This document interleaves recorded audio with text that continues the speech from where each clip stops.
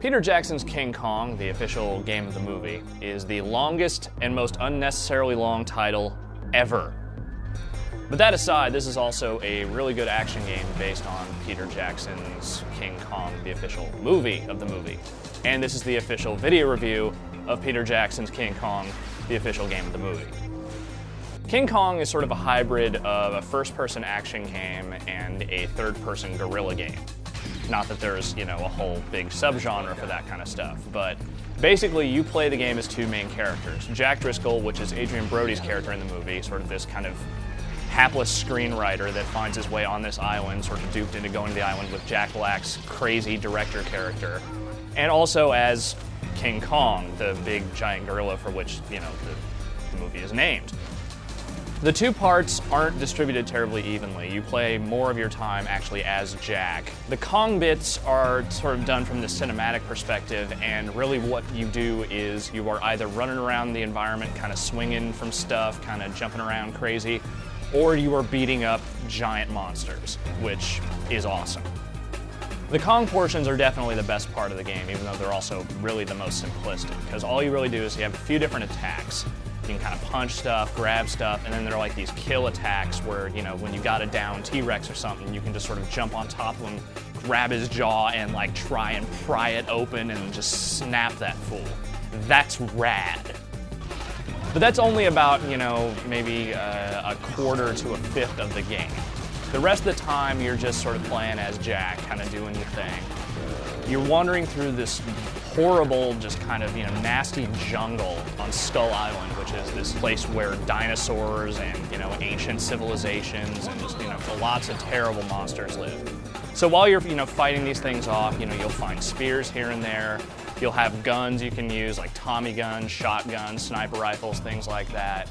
But for the most part, it's just you're kind of trying to survive in this really hellacious environment, and it's pretty cool the way the game kind of sets that stuff up. You'll have to find fire. That's like your biggest resource in the game, and so you'll grab a spear, use it to get some fire, and then set some brush on fire so you can clear a path for yourself, or you can stab this little grub creature or something and then throw it away from a bunch of dinosaurs so they'll see that and go for it and try and eat it. It's these little puzzly elements, none of them which are really very difficult, but it's these things that kind of make it more than just, another first-person action game. For being this really kind of horribly unpleasant island though, the game does a really amazing job of making you want to kind of look at everything that's in the environment. The graphics aren't always the best, unless you're playing the Xbox 360 version, in which they look really pretty amazing for what that system can do. Granted, it is still based on all the same stuff from the other three console versions of the game. You might see some occasionally muddy ground textures, and the character models don't always look that great, but the monster designs, a lot of the environmental stuff, everything just looks a lot better on the 360, which it should, given that it's a next-gen console. But if you just are wandering around an environment and just kind of look up, see some of the stuff, there's just lots of stuff to see. You'll see these big, giant kind of mountains and stone structures and just things that just the scale is huge. And it's not totally fogged over either. You can really see the detail in a lot of this stuff.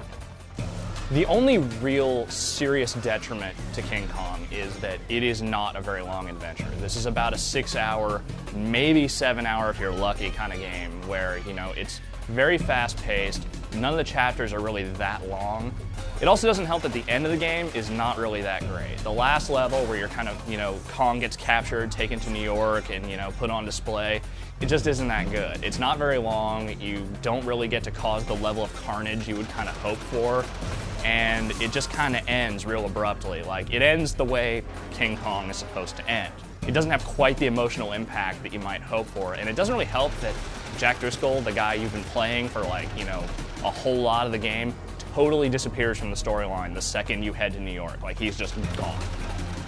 So while the value of the game is somewhat dubious, given that it is a full-price product on every platform, it's a game worth playing one way or another, just because the action is so satisfying. Playing as Kong just flat out rules, and it just does have such a great sense of atmosphere done in every respect.